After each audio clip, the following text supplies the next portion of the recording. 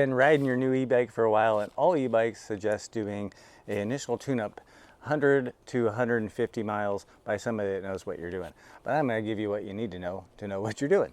I'm going to show you what you're going to need for this project, which should not take more than 30 minutes. First, we want a paper towel and another towel for cleaning the bike. Some good chain lubricant, mostly an 8mm wrench, a Phillips head screwdriver, and 3, 4, and 5mm Allen wrenches, and that's all you're going to need. If you do not have a bike stand like that, don't worry about it. You can actually flip the bike over by pivoting the handlebars and putting something under the seat, so when it's upside down it's not damaged and you're messing with anything. And that's an easy way to do it if you don't have a bike stand. I'm going to do right off the bat is I'm going to take my first paper towel, and I'm just going to hit anywhere on the frame that I see some buildup of some dirt and such. And also, if you have front suspension, wipe the exposed part of the suspension to remove the dust. Then we're going to just do a really simple, and I have the battery out of this. Either situation, I recommend taking the battery completely off. What I'm going to do is do a little light clean on the chain.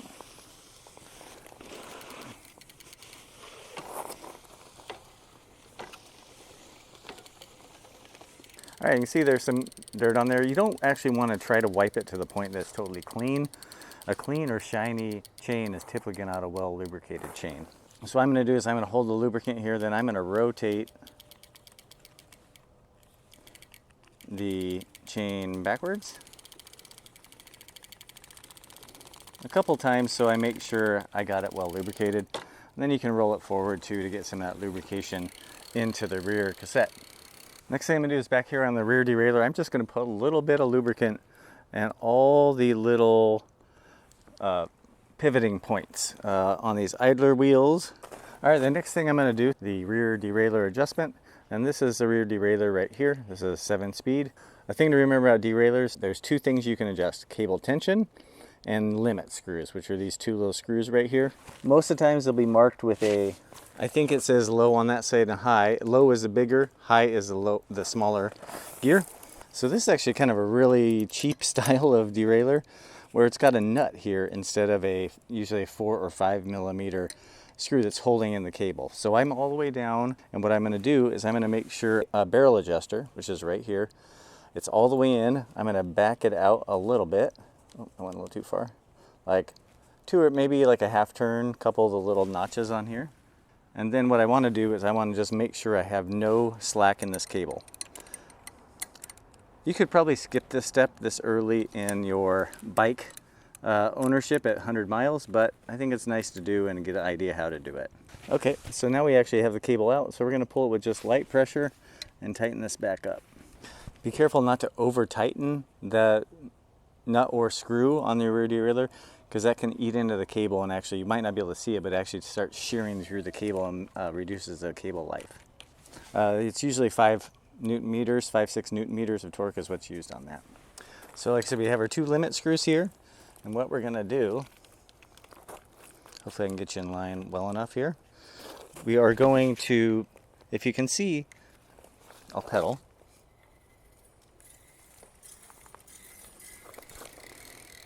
And it's not too bad actually. So we'll go with our high limit. Hopefully you can see that moving. Now what I'm going to do, see there, we're pretty nice and lined up right there. Well, the next thing, we are going to go up to our shifter while pedaling. We're going to go all the way up to the largest ring. So the next thing, we're also going to check the lineup on this one. This one's pretty close. Now this is the barrel adjuster here. This is also called the B limit screw.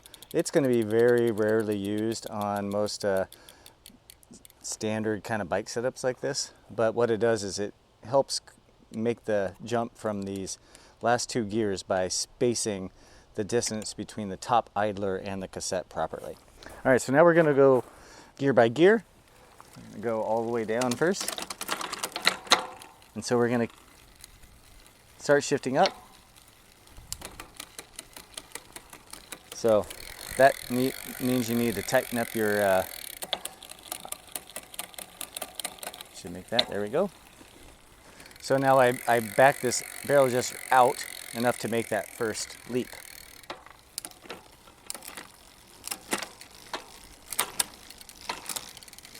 Okay, so now right at this point, another test for this is if you push on the derailleur, if you have your limit set properly, which I'm doing right now, nothing is going to happen. You're going to come back down, and then back up a couple. All right, I think that's good. So you're just looking for, sometimes you'll hear this click, click, click, click, click when it's mostly in gear, and that just means it's not perfectly aligned with the cassette and the idler pulleys. This is one of the downsides of having a really budget caliper and a budget rotor that I know has not been trued. Would be better off taking this off, truing the rim, and then truing the disc rotor. If your disc rotor is out of true, there's almost no way these budget calipers, especially hydraulic calipers, are going to give enough space for it to drop in where it needs to be. The other thing we're going to check for here is loose spokes. What I like to do is just use your feel, with hands on both sides and kind of where they cross, kind of do a little pinch.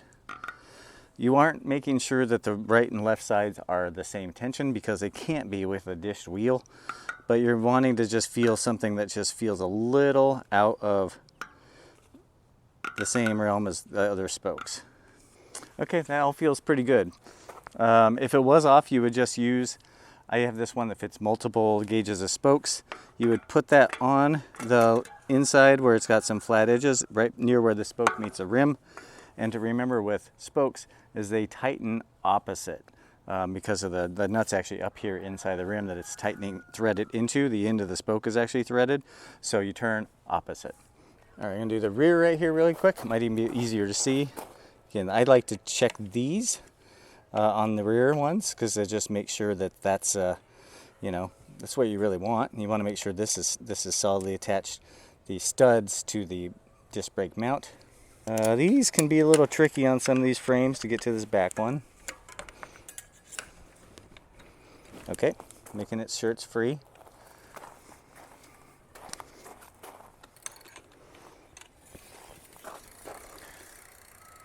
So I kind of do a gradual, trying to get this thing to seat in there, and I'm going to hold it. Just go to the snug point. That was maybe even a little more than I needed. Why do they design these things this way? It's so stupid.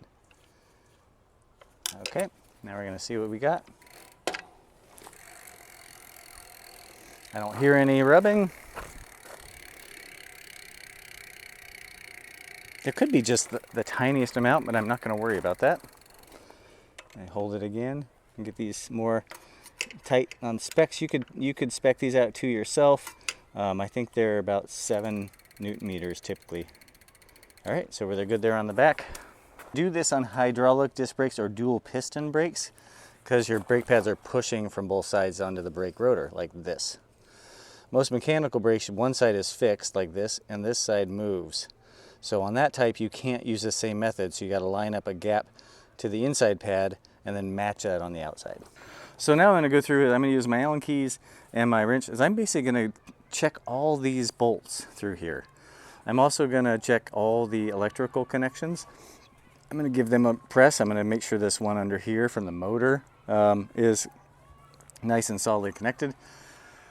And kind of doing like a backup safety check.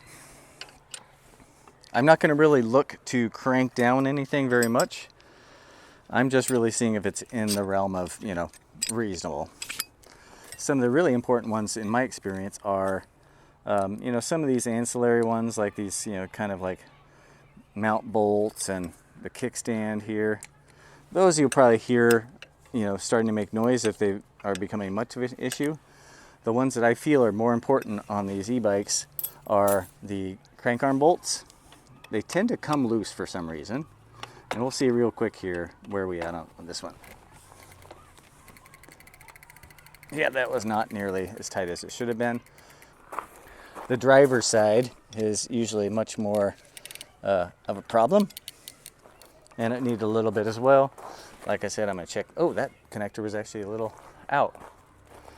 Checking connectors while I'm at it. What I tend to do is when I have a certain wrench in my hand, I go around the bike and try to find everything that fits, that requires that. Headset bolts are very important to check. You do want to make sure, I mean, you probably felt it if it was, but you want to make sure there's no real play in your stem area, which is controlled primarily by the top cap, which is up here, and these two clamps bolts. Do not over tighten these, just make sure they're snug and equal pressure. These are very tight, but that's factory tightness, and I'm just going to leave it there. All right, well, there you go. I kind of went through everything, and now what I'm going to do is I'm going to do a little wipe down. I like a clean bike. Just be aware. So I got the battery here. Don't spray this on anything in the battery. You know, some places when you're getting close to parts that shouldn't be sprayed with liquid directly, which is, you know, some of these parts down here, you really don't want to get, there's no reason to spray it with cleaner. If you want to do the rims, a good way to do it is to, you know, just hold the rag on both sides of the rim and it will shine up pretty good. So there you go. It's only a few basic things. It took me longer probably because I was filming this video than it would have if I wouldn't have been doing so. But you checked your spokes, front and rear. You adjusted your brakes as needed. You tightened up all bolts. You lubricated the chain and you adjusted that rear derailleur. Now you're ready to, you know, ride a bunch more. A lot of times people say, you know, every 200, you know, looping your chain or over 150 to 200 miles is a good number. More frequently is fine too. And keep in mind that might be pretty frequent if you're riding one of these bikes a lot for commuting. And then also, you know, doing it yourself or taking to a local bike shop at least once a year. Keep it riding good and keep riding. Thanks.